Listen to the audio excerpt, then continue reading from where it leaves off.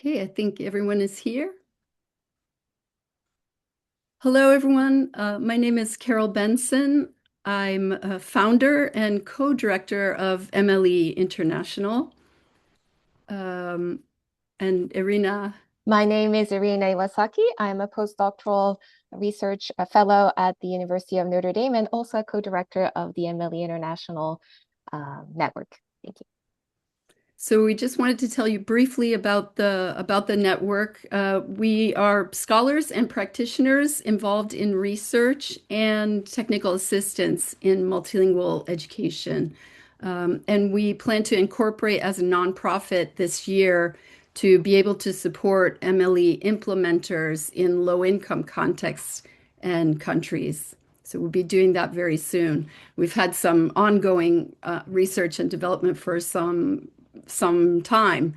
And this is our webinar series for 2026. So welcome. And we are very happy today to welcome our first speakers. Today will be Carol and Kimmo Kosonen, who will be introducing themselves and their relationship to MLE. The purpose of our webinar series is to raise more awareness on MLE and nurture a strong relationship around issues related to multilingual education and non-dominant languages.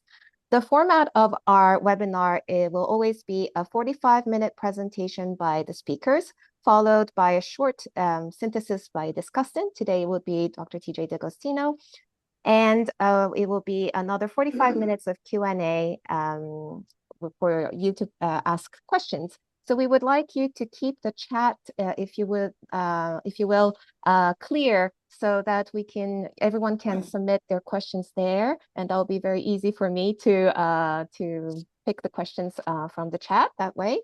We will also be recording our webinar so that we can share it for those who are not unable to attend today, and it will be posted on YouTube. Thank you so much. The floor is yours, Carolyn. And we just wanted to let you know about the next webinar coming up because the topic is very similar and it kind of takes up where this one leaves off. So we wanted to just remind you that we have this one coming up with TJ and Erina in February. Sorry. There we go. So, hello everyone. I'm Kimmo Kosonen and I'm speaking from Finland, whereas Carol and Erina are in the east coast of the US. Those of you who don't know me, I've been working in Asia Pacific for more than 30 years on language and education issues. And just recently, a year and a half ago, I relocated to Finland, having spent there more than a quarter of a century. And our topic today is about a forthcoming book, and we'll mention that later. And the title is Including Non-Dominant Languages in Educational Policy Change, Key Actors and Agency. So I think that I recall the older version of the title that's been edited now. Over to you, Carol. Okay, thank you.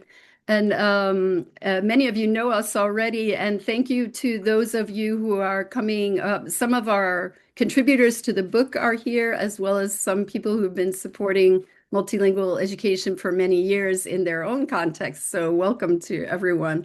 And we look forward to talking to you about this topic.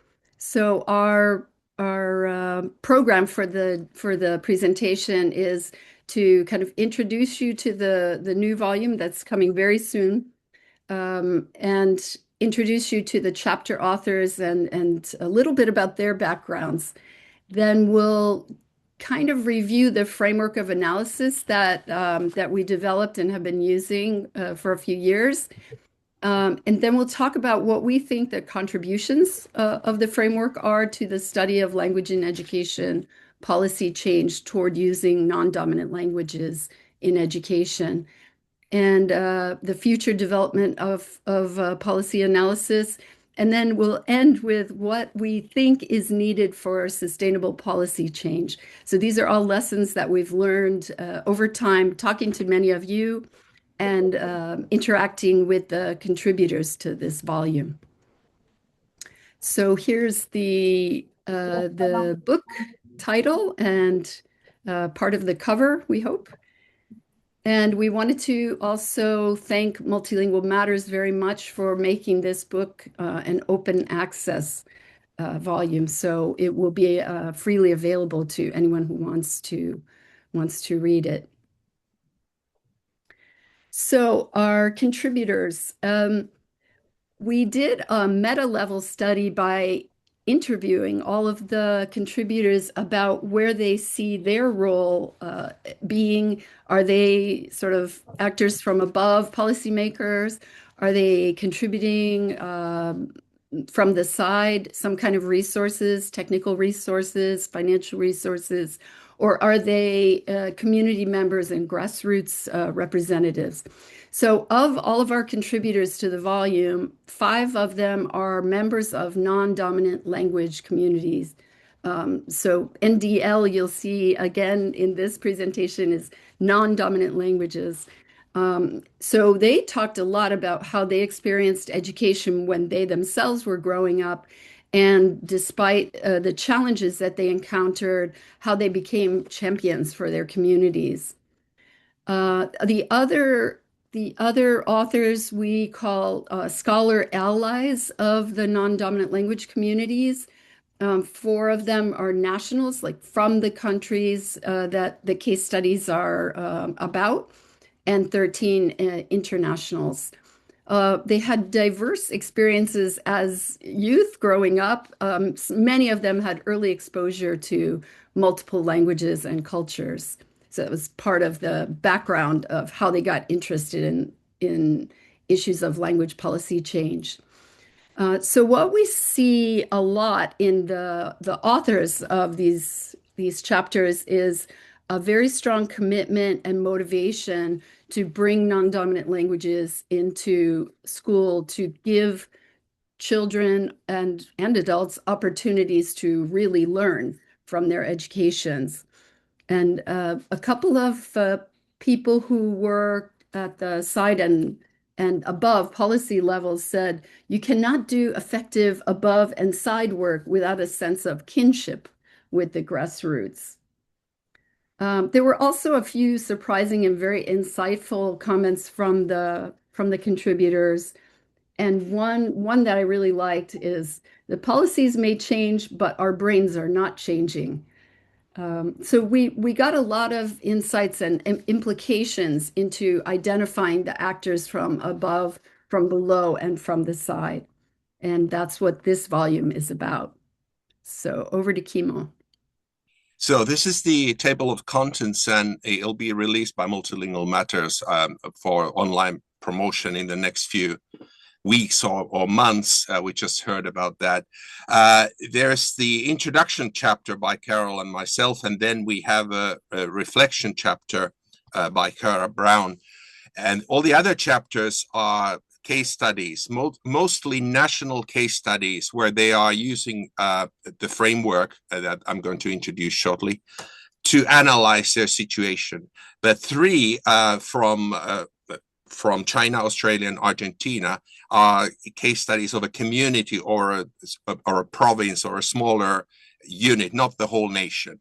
And there's 5 from Southeast Asia and a few from Northern and Western Africa, Central Asia, and then China, Australia, Argentina, and Latin America, Ecuador. We had many more potential chapters earlier on from especially Africa, throughout Africa and Latin America, but something happened along the way and those chapters never got to the final book. And another thing that we did here was that we gave basically a free hand to each author how they want to frame their chapter, apart from 2 things: that analyze the situation using the framework and draw a timeline of what we call seminal points in the policy development. And I'll elaborate on both of those issues later. What is also unique in this book is that because we are language nerds with Carol, we always want to promote multilingualism and show that multilingualism is a natural thing. And each chapter has an abstract or their abstract is also in another language than English. And in this case, it's OBN's chapter on Moroccan education, and his abstract is also available in standard Moroccan Tamazight, and it has a very unique script to write it. But each chapter has the abstract also in a non-dominant language. So the framework that Carol and I have been working on for a couple of decades by now, and some of you may be aware of it, so we're just giving a short introduction to it. But we are looking at language policy change towards including non-dominant languages in education. We're not looking at general language policies. We're looking at cases where there's an increased use of non-dominant languages in education. And we've identified that there are groups of people or actors at 3 different levels and actions at those levels as well. So above, from below, and from the side. And we're also particularly interested in the agency of these actors in the policy change processes. And when you have cases like in this book from 4 different continents, it's quite interesting how different the processes can be and what the level of agency of different actors is. So briefly, actors from above are general government agencies, ministries, presidential offices, whatever. And generally their actions are written policies or strategic plans, laws, decrees, etc. The second group is actors from below and actions from below, and this is generally the language communities, ethnolinguistic language communities that are doing something to promote their own languages in education.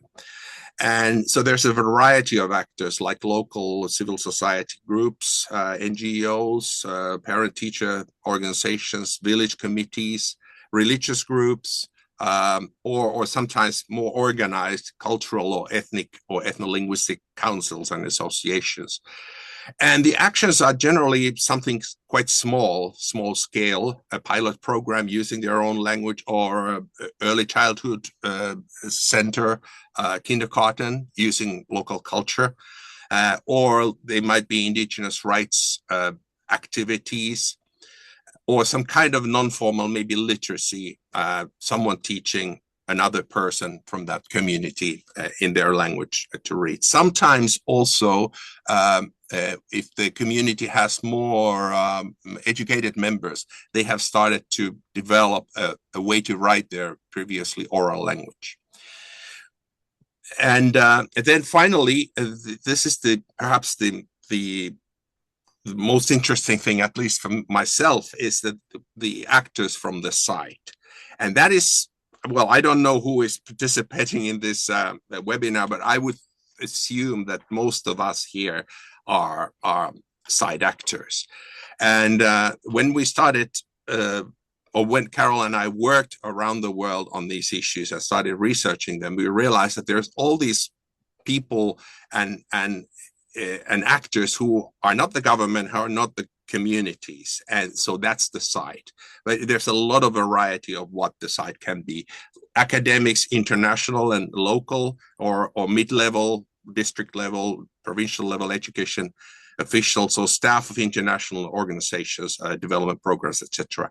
And the actions are often pilot programs, experimentation, or developing orthographies, curriculum materials development, or general technical support to local communities.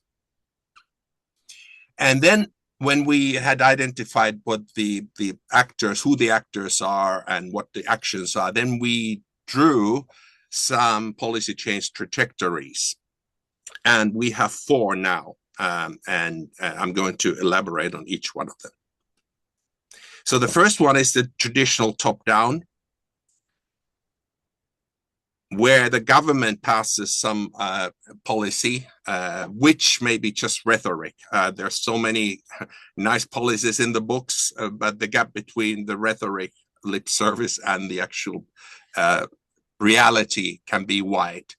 And unless the side actors and the communities, the from below actors get involved, often in our experience, we haven't seen a single case where only the government endorsed top-down policy would lead to a sustainable change, policy change and use of non-dominant languages. So the polar opposite is the from below, which is our model 2, bottom up, where the communities start something. Carol, the next slide, please. Sorry. Okay, where the community starts some activities on their own, often very small scale, and in some more remote communities, they don't really have many resources. But after some time, there might be some side partners like academics, anthropologists, linguists, NGOs, that they can partner with, and then the activities can get a bit more established, and alliances can be built, and later on, over time, can be years or decades even, the actors from above, the government agencies, may get interested. What is going on here? And they may start getting involved. Then we have 2 models from starting from the side. And in hindsight, this should actually be model 3, but we already numbered this years ago, and now we know better. Anyway, model 4 is what we call advocacy. And this happens and the next, please, Carol. It occurs in places where the use of other than the official languages is prohibited. There are still, believe me or not, there are still countries that prohibit the use of smaller languages. And in those cases, you cannot start pilots, you cannot experiment. So often we've seen side actors advocating for multilingual education or inclusion of non-dominant languages with policymakers. And this may have led over time to pilot activities, and the grassroots actors may have got involved, and there could have been a long-term change, like a more sustainable change. And finally, our model 3 also begins from the side, and we call it piloting. And I would say that the experience and the cases we have, this seems to be the most likely approach to sustainable inclusion of non-dominant languages in education. There are several cases in the book that highlight this, but also there are other cases around the world that we haven't researched ourselves. Well, the process is that the side actors initiate something small scale with some communities, and over time it grows, and the results, the achievement, learning achievements can be good, and then outsiders and the top, the government officials and offices, agencies getting interested. Why is this happening? And they get involved, and they can be a long-term sustainable change. So very quickly, I mean, you can get the narrative of these models when the book comes out. We also asked all authors to draft a timeline of what is seminal point. Carol, please. Oh, sorry. Yeah. So identify seminal points in the change process. And this particular timeline by Diane Decker from the Philippines is from our earlier book. And I'm showing it to you because it is quite different from any of the ones we have in the current book, because it goes back more than a century. And if we have the data, and the Philippines is one of those few cases where someone tried to bring in local languages into education more than 100 years ago, and then there was another policy that promoted English, and then another policy that promoted one Philippine language and English, etc. So it's up and down over the course of time. And whenever there was a change in the policy is what we call seminal point. And it's important that you identify those, and then you can learn lots of things about them. And we also asked each of the authors to then draft a narrative around their timeline they had created. Here is the same country, the Philippines, from the current book by Ardason and Colicol.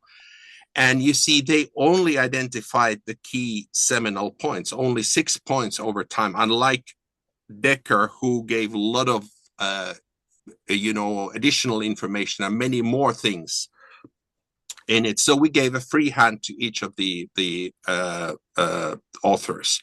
And what is interesting here that in 2024 in the Philippines, the government started limiting the implementation of multilingual education, whereas before it was like a shining star in this movement in Southeast Asia. Over to you, Carol. Okay, thanks, Kimmo.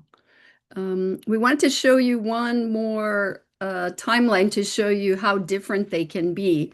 And this is a timeline by Brown and Nampananka in the case of Walpiri in Australia, in Northern Territory.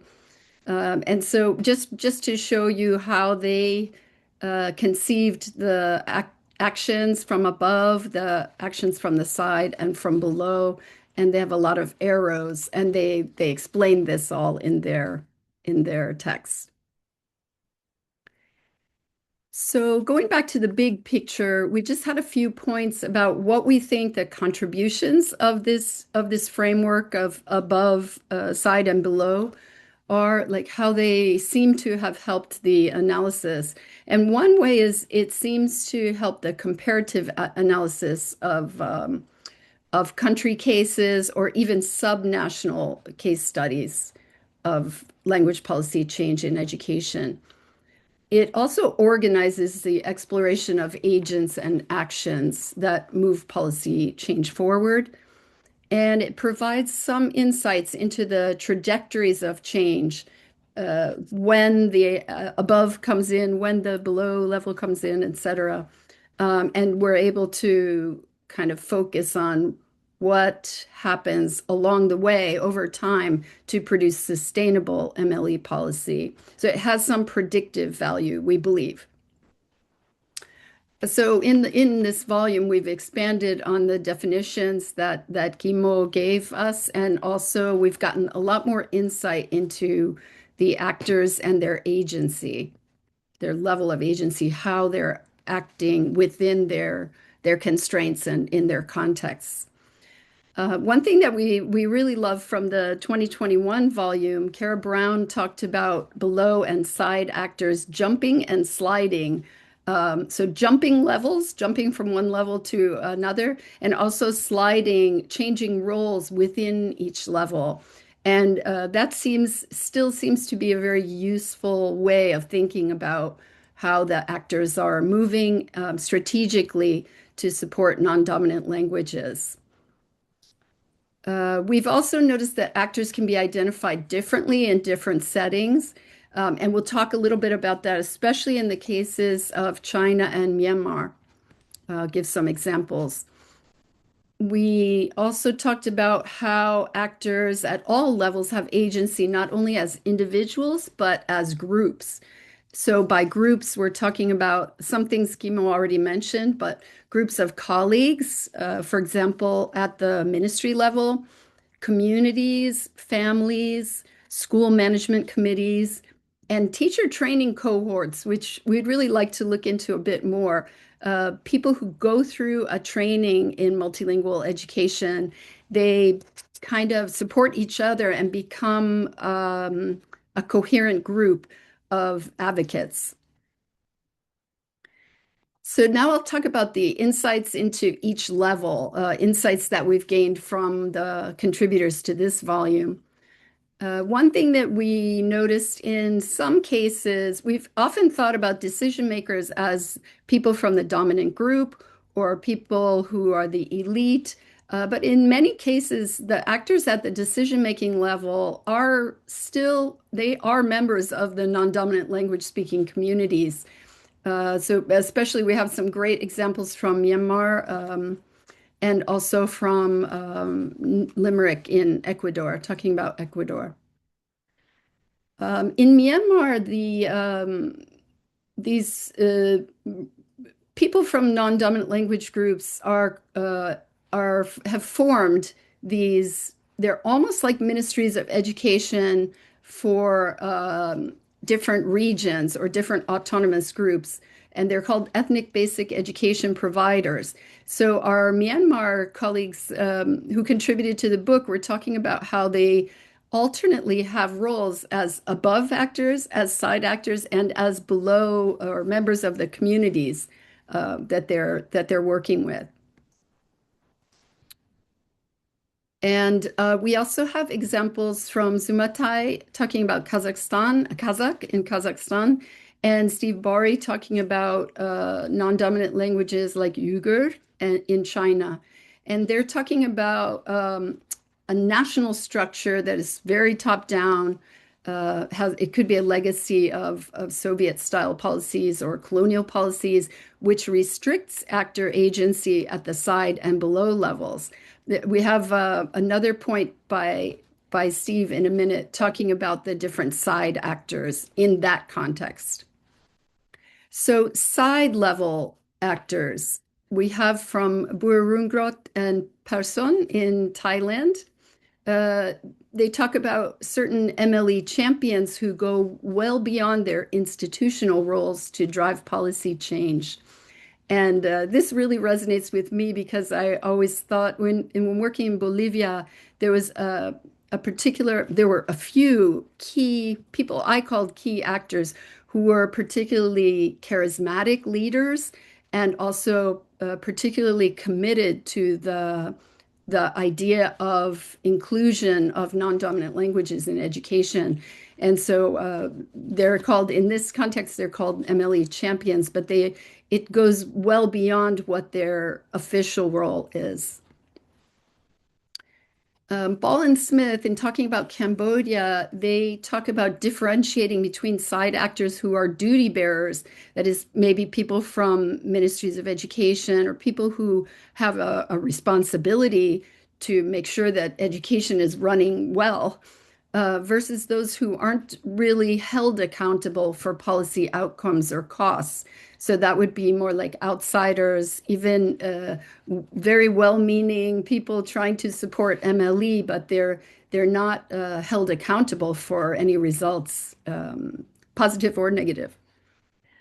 And then we also have Steve Bari's point in talking about China, where he finds that because of the top down is so strong that there are weak or no civil society institutions that would be the side level. But he finds that some local officials and agencies are acting like the side or acting like NGOs, and he calls them the near side. And then also identifies a far side, which would be academic actors from universities in China and also from outside. And then the insights into the below level that we've gotten are that especially powerful chapter from Arzedon and Colicol in the Philippines, talking about how teachers and school directors are change agents. They're really the ones that they identify them as actors from below. They're really the ones that are adapting policies to fit the local context, classrooms and schools, and challenging top-down directives, pushing back if they don't like something or if they don't feel they've gotten enough support. So Arzedon and Colicol said they really merit greater inclusion in policy decision-making. Ball and Smith point out that we would ideally turn the levels upside down. It does feel strange to talk about the below, even though we consider it the foundation, but they would like to see us talk about the civil society and indigenous actors as more at the top. They're the ones whose support is essential, and they're the ones who can really generate some change.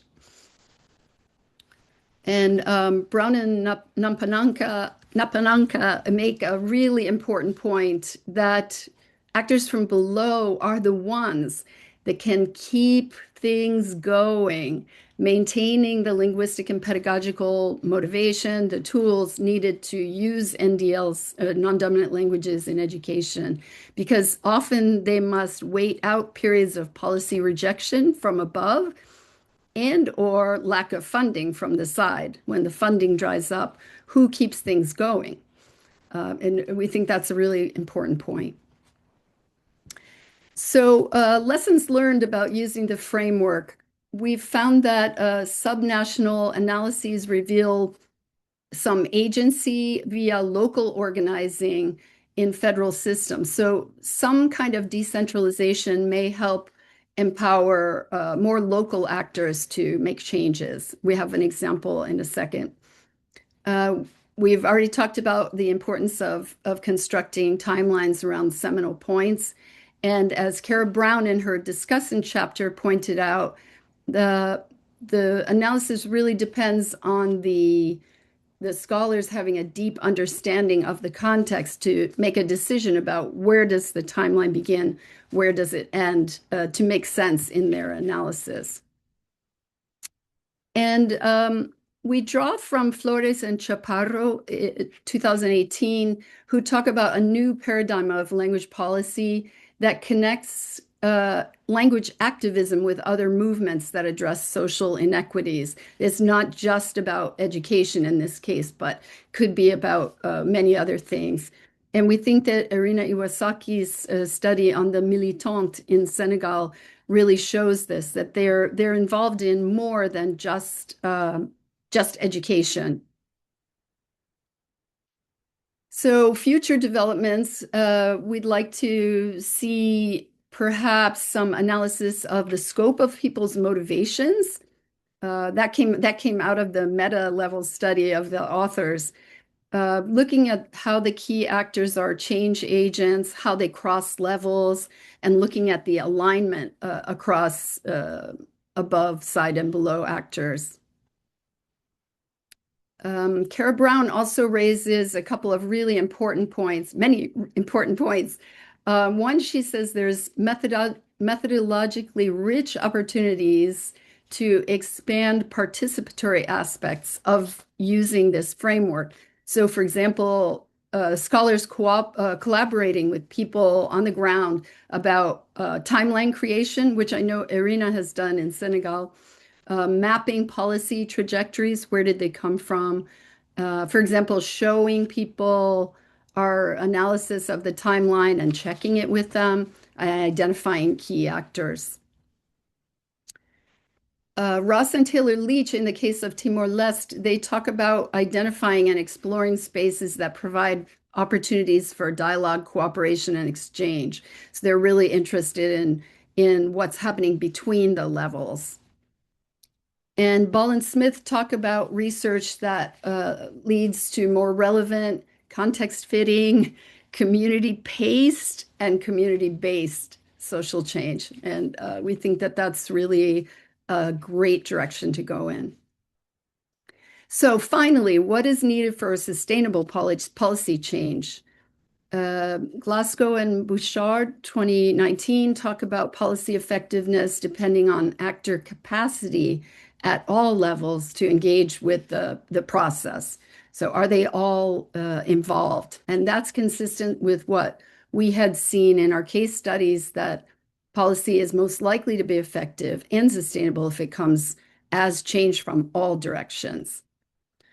And as I said, Ross and Taylor Leach talk about the interconnectedness of the key actors for long-term sustainability. Last points here about what is needed for sustainable change. We think that the bridging of gaps between the grassroots and the government, so that would be in our framework, the below actors and the above actors. Pia Maiti, in the case of Mapuche in Argentina, found that when those gaps were sort of addressed, there was something good happening in the province of Chubut, where people held the government accountable for implementing the policy that they already had in favor of bilingual intercultural education. Ball and Smith feel that change depends not only on the policy, but also on the networks and the motivations of specific people and also groups.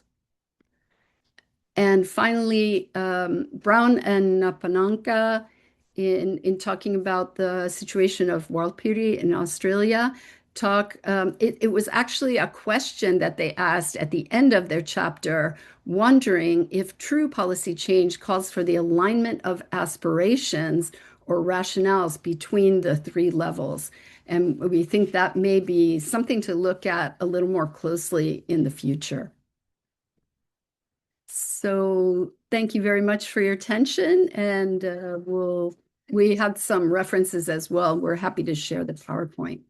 So over to Erina for questions and, oh no, for TJ's discussion. Yes. Thanks so much, Carol and Kimmo. That was so wonderful to have a kind of a reintroduction and kind of high-level summary of your book and the exciting work that's coming out.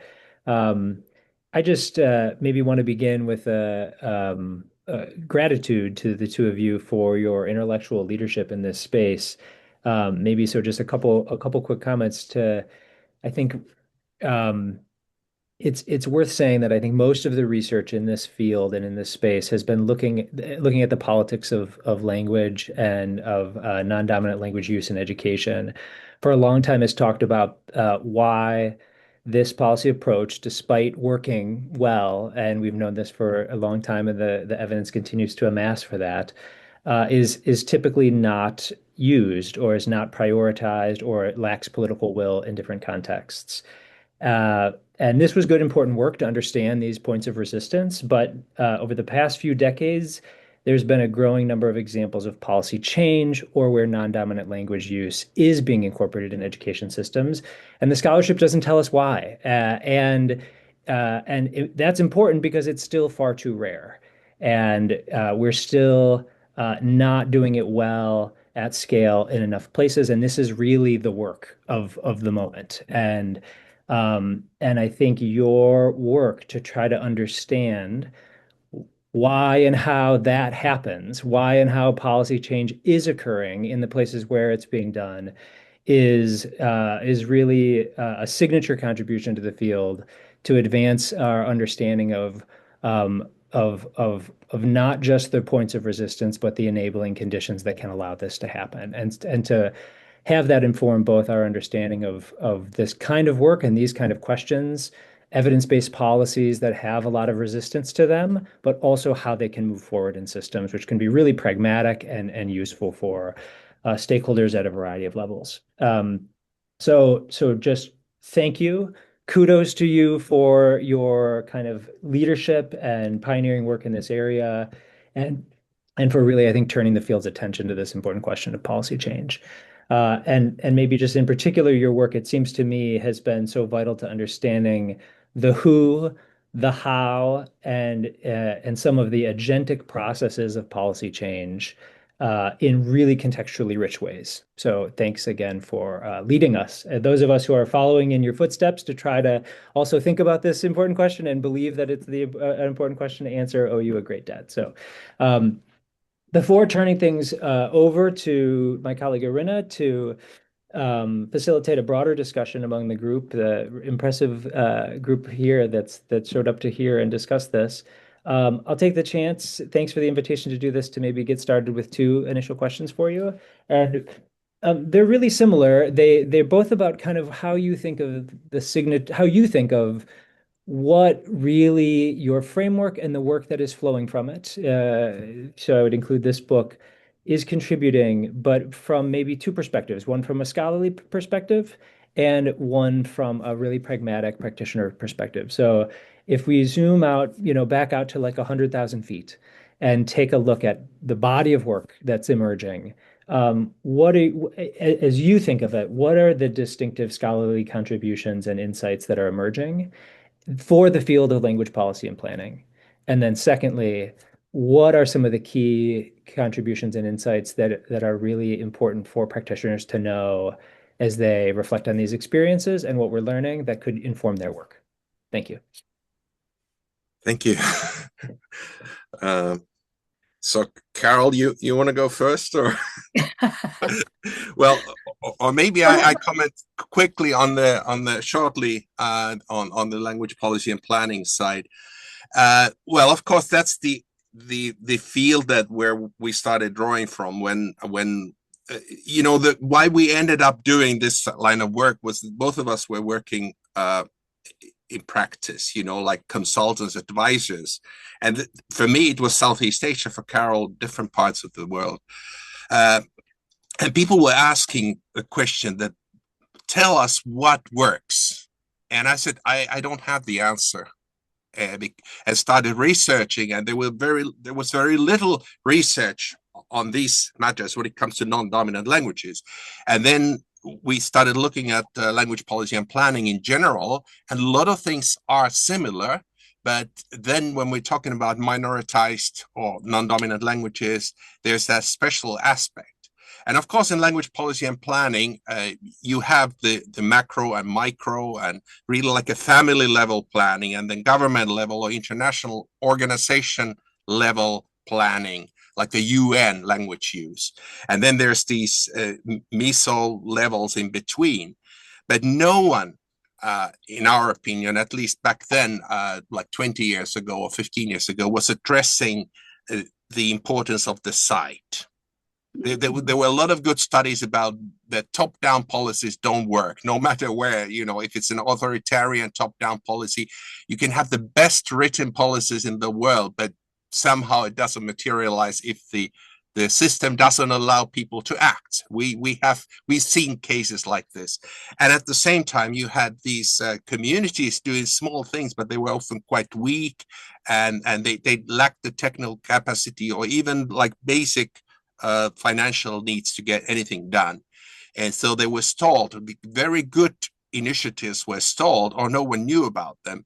But then we looked at the cases where things were working, and we were wondering, why is this working here? And then we realized that there are all these other actors that we now call the site.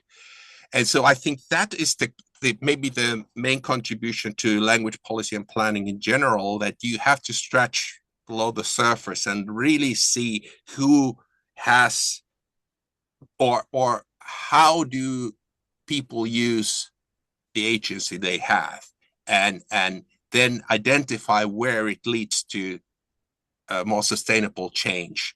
And so I really think that the site is the key thing, and that's our contribution, and we'd like to explore that much further in different contexts. Over to you, Carol. Well, thanks. Good. It gave me time to think a little more. And you reminded me of some things that we were thinking about some time ago. We really owe a huge debt to our colleagues at CIES, like Kara Brown, like Steve Barry, people from the language issues special interest group who have engaged with this framework and asked questions and given us ideas and said, what about this? It's really helped it to grow, and this volume as well, all the contributors to this volume. But going back to how we got interested in it, sorry, that wasn't the exact question, TJ, but we're going to get there. I was always very interested in and frustrated by what happens between an experimental or pilot project and implementation or going to scale or influencing policy. There was this sort of space between them, and a lot of times it didn't lead to anything. My dissertation research was in Guinea-Bissau, following an experiment, actually a couple of experiments, and looking at the results, and then seeing the ministry do absolutely nothing about them. And funding had ended, the funding had come from outside, and what happens, right? So there's so many, and I would not call them failed experiments, which a lot of people call them. They were, they learned a lot, and that's what a pilot is, right? To learn a lot about how to implement, what it takes. So we were really interested in what's happening there. Why is it not getting taken up by other actors, for example? And I was also really interested, I think we talked about this a lot, Kimmo, like how about if the grassroots really wants something, but there's not a lot of communication? How does anybody else know what the linguistic communities would like? And then there's a lot of misunderstandings on the part of politicians or leaders about what parents really want. And the kind of typical thing you hear is parents want the dominant language. They speak their home languages at home. They want the dominant language with no understanding of what multilingual education really offers and how it builds a foundation in known languages. So going back to the policy and what it might offer, insights it might offer, I think we see good examples in this volume of using interviews with teachers, Erina's work in interviewing people at lots of different levels of the education system who call themselves militants for change. They really want to implement their Senegalese national languages in the education system. So really looking at what people are saying and then how they're interacting with others to promote change. And in a way, we might be able to say that if the so-called below and so-called side actors are really strong, it might not matter as much what the government says as long as the government's not prohibiting something. So you see a lot of different, we didn't talk about that today, but you see a lot of different possibilities for change by looking at it through this lens, which isn't rocket science. It's just looking at three levels of change. And then a quick comment on the second question is that, well, the value or the benefit of this work. Now I could give an answer to those people who 25 years ago asked me that, so tell us, how can we succeed? Well, I can say that, well, if you do these processes, you are more likely to get further. I cannot guarantee that you can succeed, but if you follow these steps, and that is really like the site provides some technical resources to community that is already internally motivated to do something with their language, and they plan together something small scale, and once it's working, they fine tune it, and in many cases the government changed their position when they saw that the kids in these pilot programs outperformed everyone else, and they were wondering what's going on, and then you can advocate with the government and they may actually change the policies.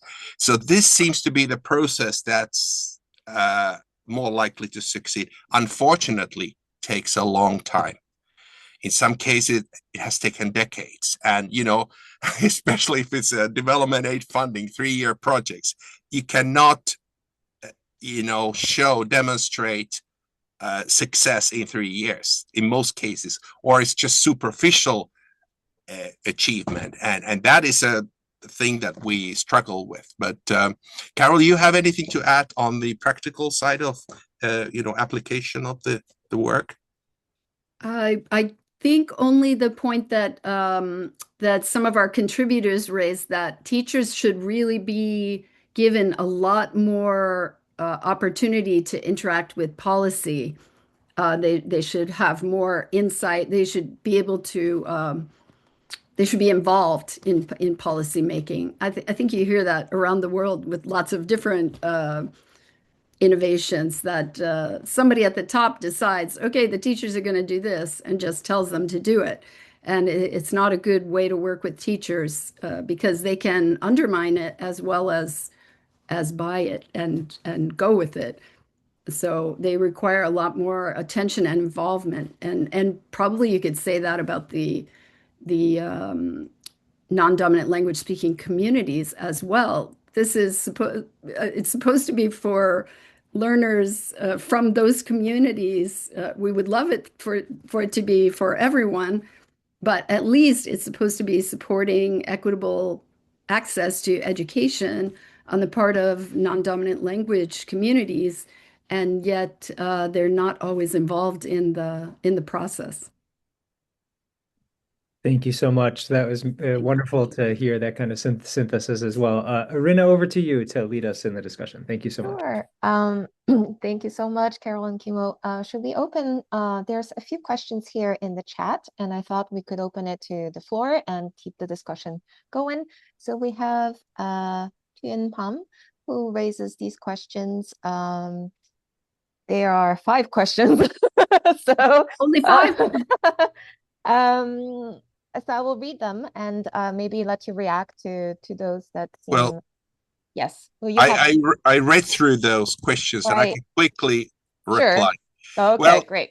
okay, the number 5, how do you define or conceptualize non-dominant language? Generally, every time I talk on my own, I give a definition, one slide. Now with Carol, we wanted to cut down on the, it's minority languages, general, but also all those languages that are minoritized that may be big in number, but in terms of prestige or use, they are treated as minority languages. There are many African countries and a couple of Asian countries where tens of millions of speakers of a language are treated as they were a tiny minority. No language rights. Those are non-dominant languages, but it includes all what you would say minority languages anyway. Next time, Carol, maybe we should start with a definition, just to be sure. Anyway, you can Google that and you will find it. It's been published in the book, and also in the new book we have the definition. Why we chose these countries? Basically, when we were drafting the concept note of the book, we wrote to a lot of people who are working in the field, and those people who there were more than 20 cases to discuss first, and so basically, if people wanted to share something or they had access to data, we invited them to contribute. That's how it went on. So your name sounds Vietnamese. I'm not sure if you're from Vietnam, but there was no volunteers from Vietnam. But I've written myself many papers on Vietnam. You can find some of them online if you're interested. And then there was the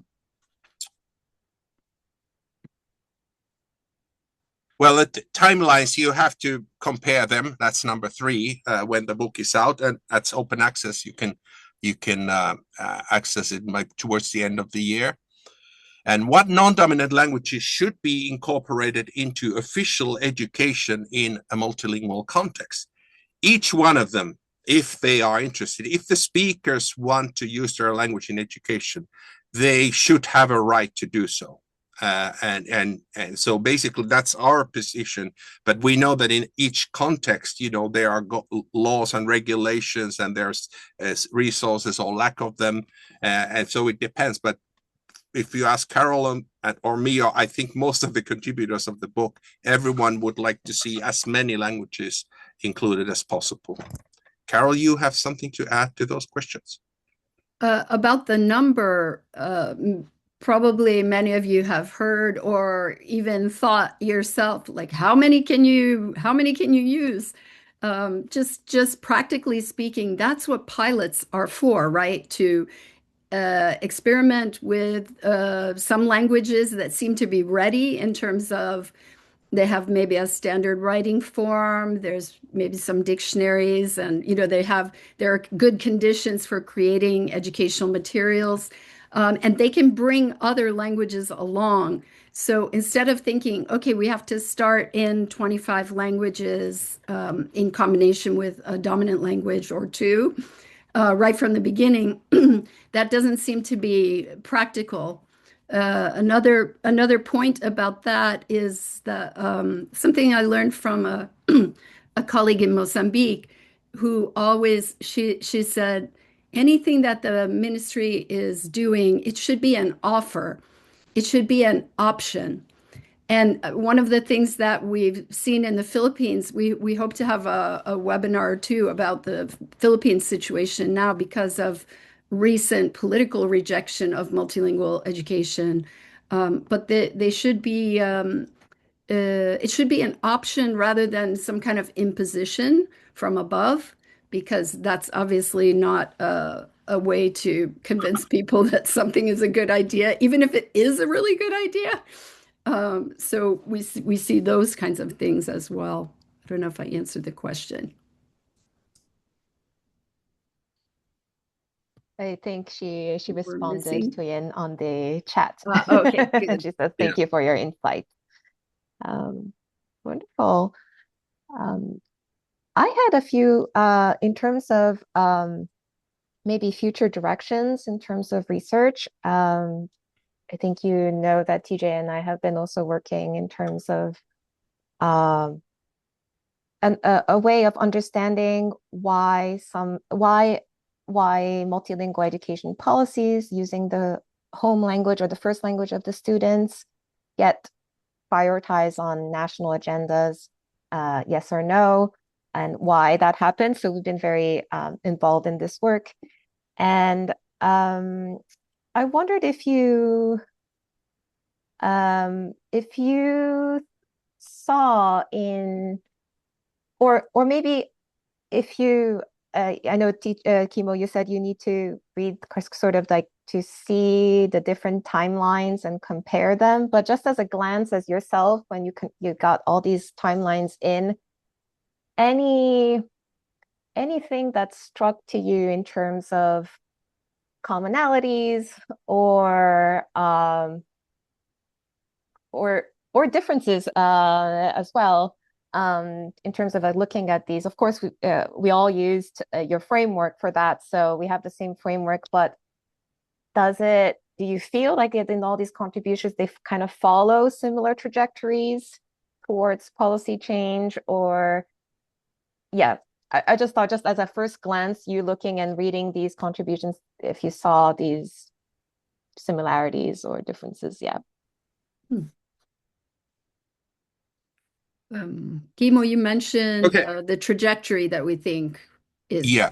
Well, one commonality is the time. That generally change takes much longer time than people anticipate. Mm-hmm. So that's throughout all the chapters. The other point you made, Erina, was that did each chapter find like a trajectory? I mean that would one of these trajectories, one of our models, apply to their situation?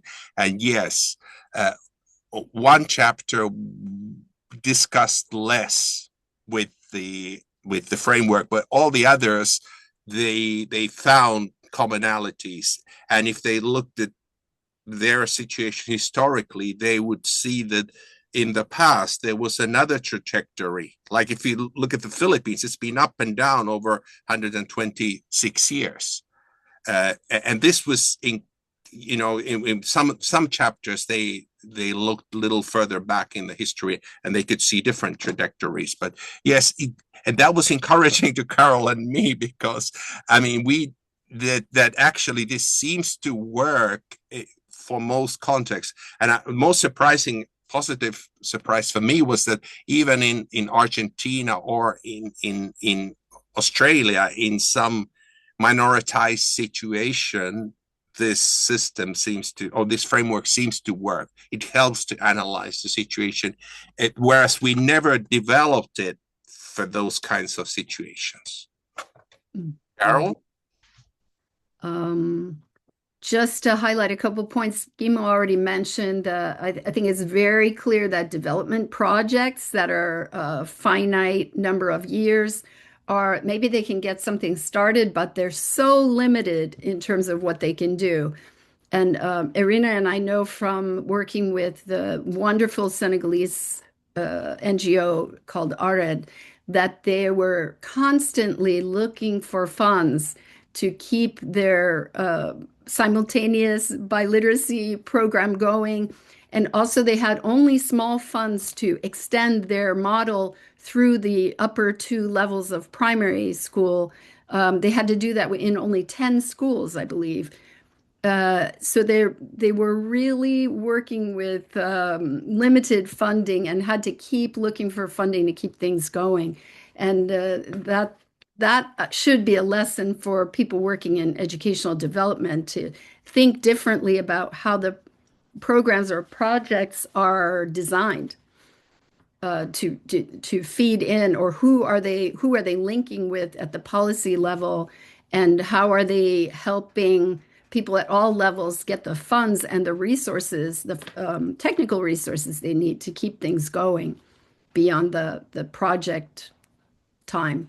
The exit strategy business is really important, but maybe in a different way than a lot of agencies are thinking about it.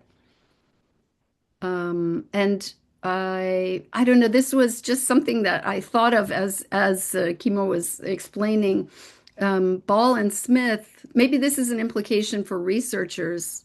Ball and Smith, working in Cambodia, they did a very large evaluation of kind of the state of bilingual education in the five northeastern provinces, working with a few indigenous languages, and they involved indigenous youth in the evaluation. And the indigenous youth group had not been interacting with education at all.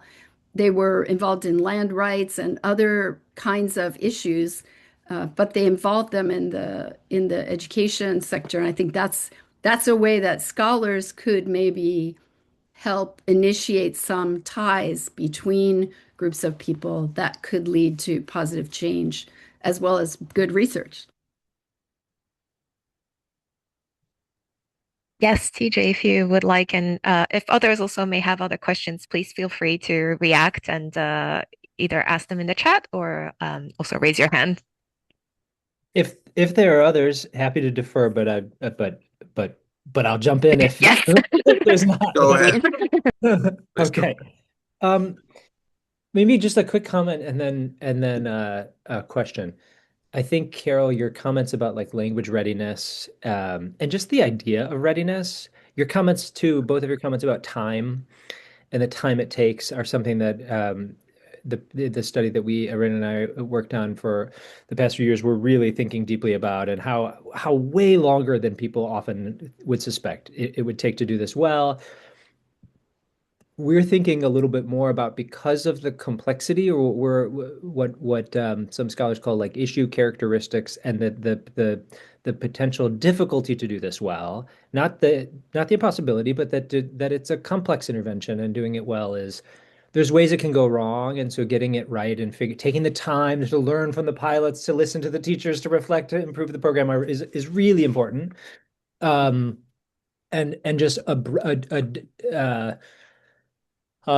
good and a realistic understanding of what successful implementation and scaling could look like in light of the contextual and system readiness, like, and linguistic readiness. So these are just, I think there's such important ideas that are coming up in your comments now, or that resonate with some of what we were looking at. But the question that I have for you, I'm just really thinking deeply about Kimmo's comment, which I so appreciate, and it makes sense to me, that the side actors, let's call it the middle layer, but the side actors are really key in the kind of patterns you're seeing at a high level.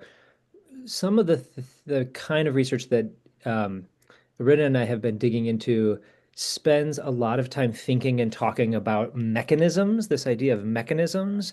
And as I think of, and just that's like a real object of the research, is to try to unlock these things that may not be observable, but there's evidence that can point to underlying mechanisms, and that can be key in understanding how things work.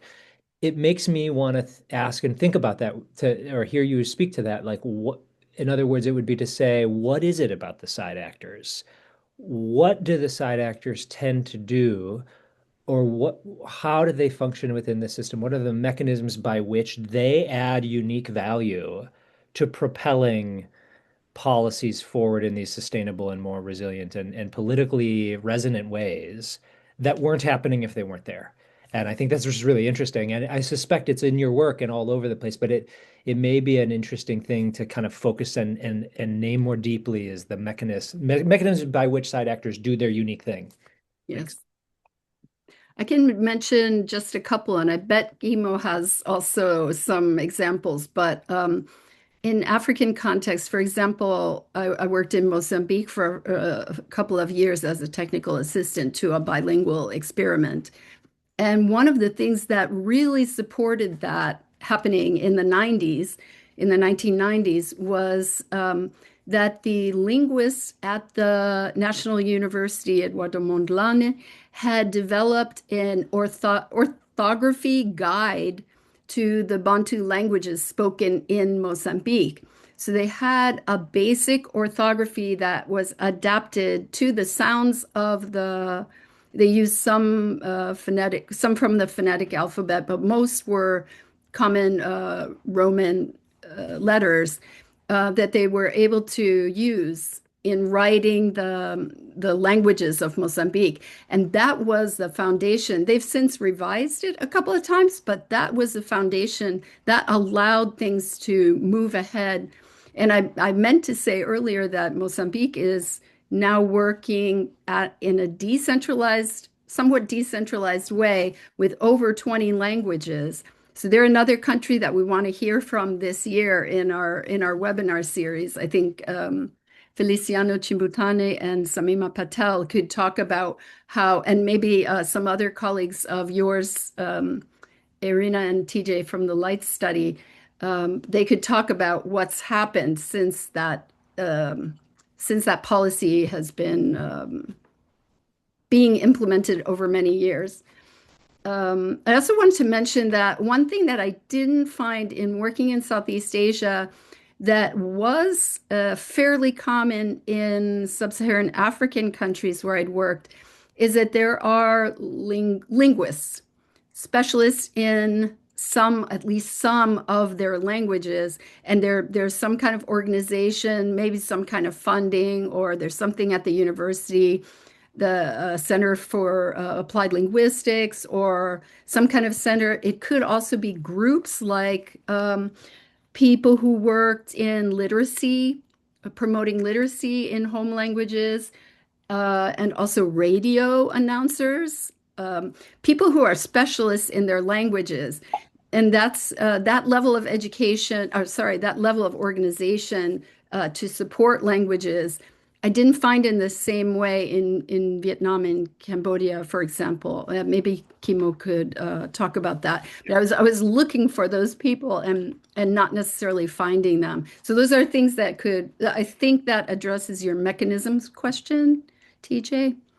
Yeah, Can you? I would frame it like, so if I were to zoom back out, I would say I'd just call it like technical expertise and Yeah, maybe resources I heard in there a little bit. So like yeah. these institutional actors, a lot about like, and the expertise about language, about literacy and how and guidance to codify things in the system.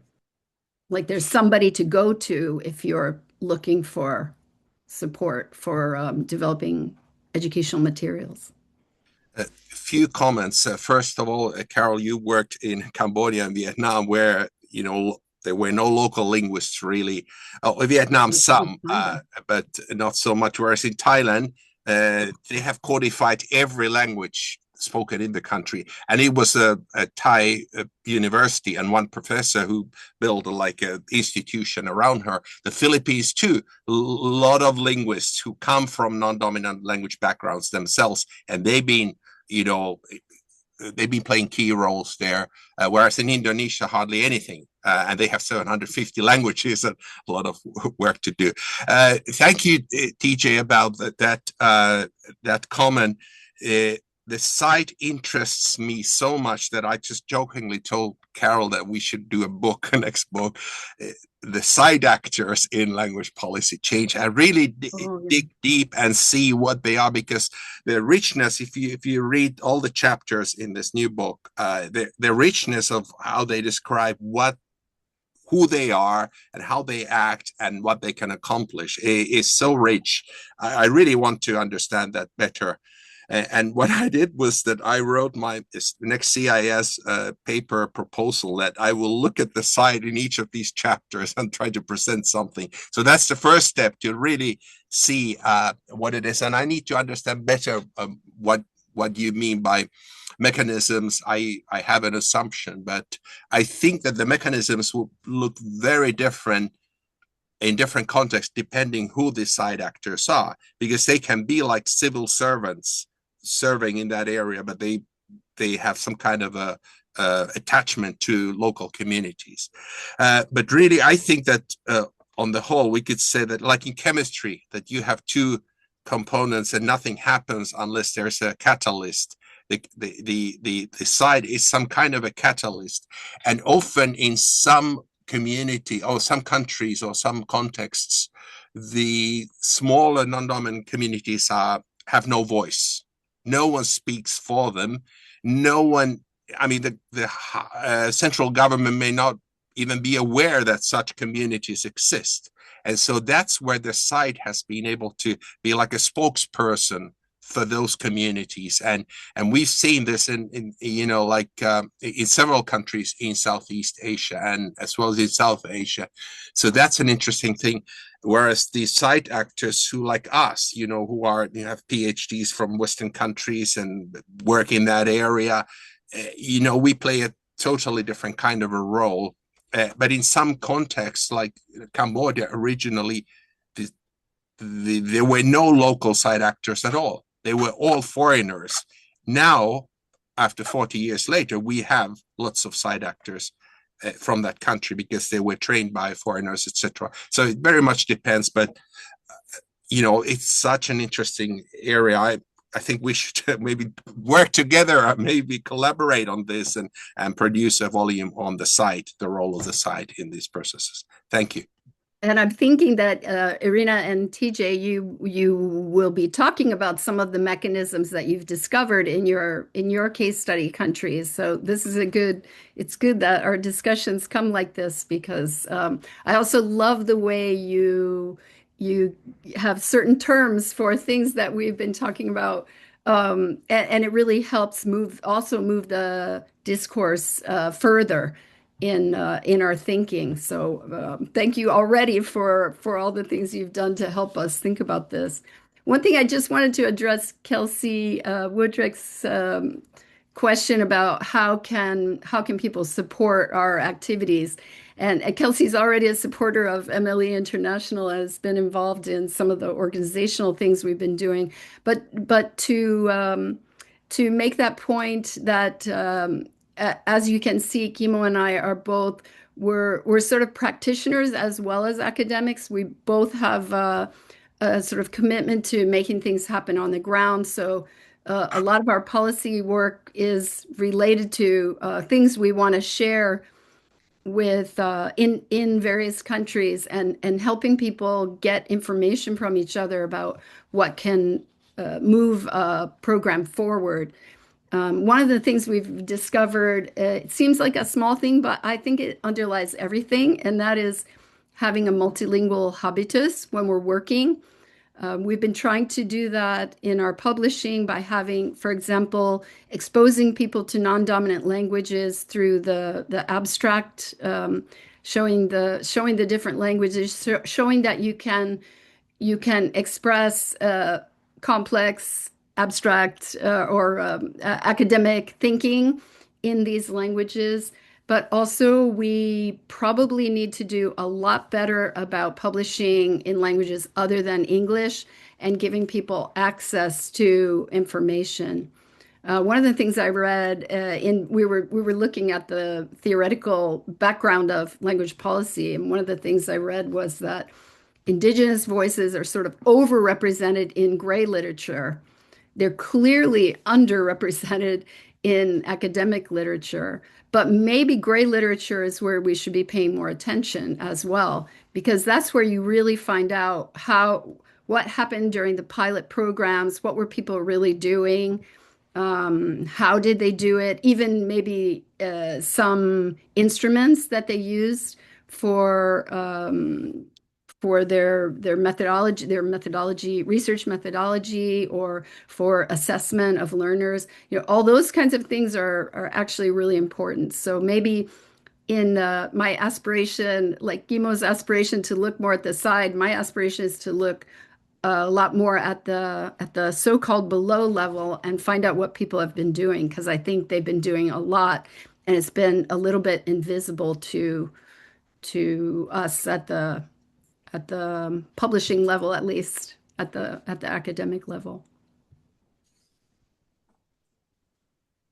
Great. Do we have any other questions or comments from our participants here? Exactly.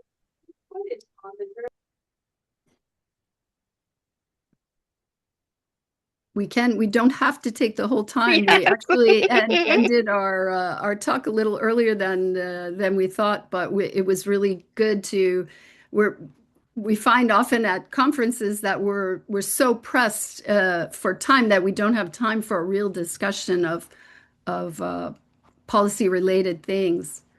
If anyone has any examples from their own contexts, or any of our contributors would like to say anything. Some have already left. There were Yeah. several participating, but they had to go somewhere else. We're not used to having so much time to talk about these issues.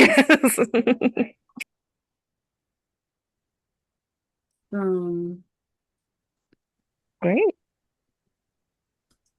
Well, I think people who want to, we can stop the recording too, and then people who want to hang out for a little while can, and then TJ and Erina, yes. would you like to say, like, give a little preview of what you're going to be talking about? Because I think it really follows up very well from what we were talking about today.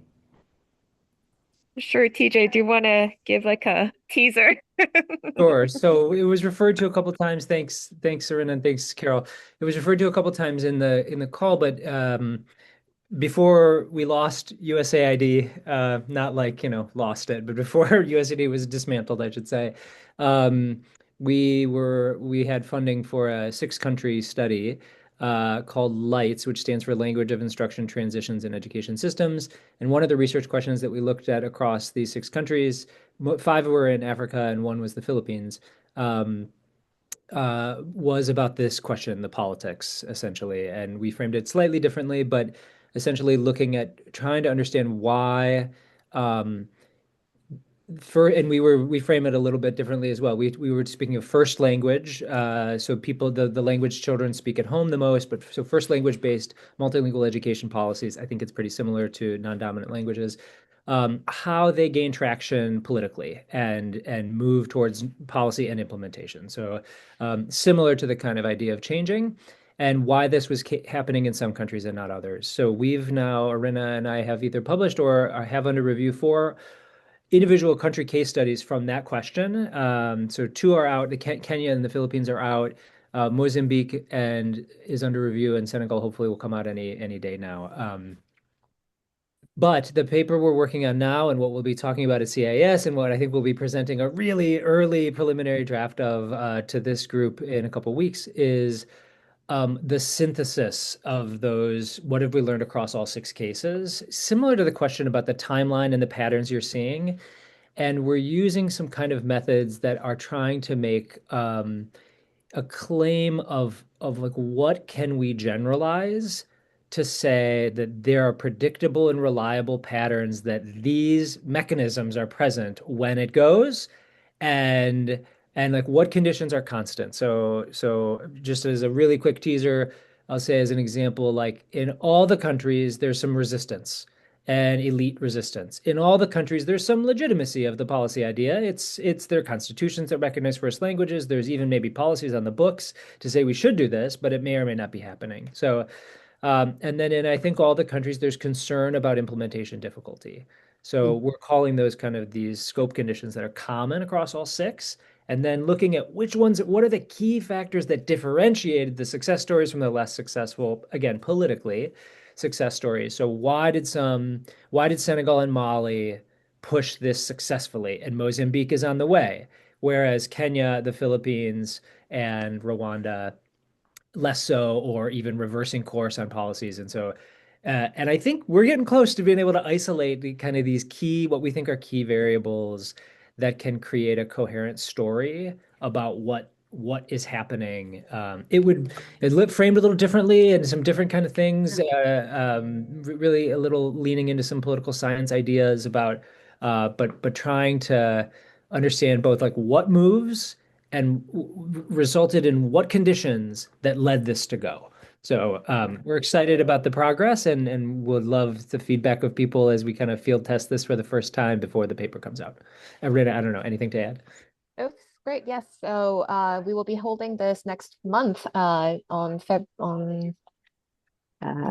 The 25th. on February February 25th. 25th at the same time at 9 a.m. So yes, as TJ said, we would really love your feedback as we present our preliminary findings and keep, refining and advancing the field of language and the issues in comparative ed together. So very much looking forward to this. Thank you, Erina, for moderating. Can you please still display the announcement of the next session? Yeah, I can next try month, to go back. So that because there's the link to registration, or maybe add it to the chat that if people are not aware, they could register. Yes, then I just have to share it. Sorry, But we had a great attendance, and we really appreciate you all for being here. Some of you early in the morning, some in the middle of the afternoon, and others late at night in the east. Is that it? Oh, yes. Yes. Thank you. So that's what we have coming up. Great. Thank you very much. I'll stop the recording here, and we hope to see you next month. Yes. Thank you, everyone.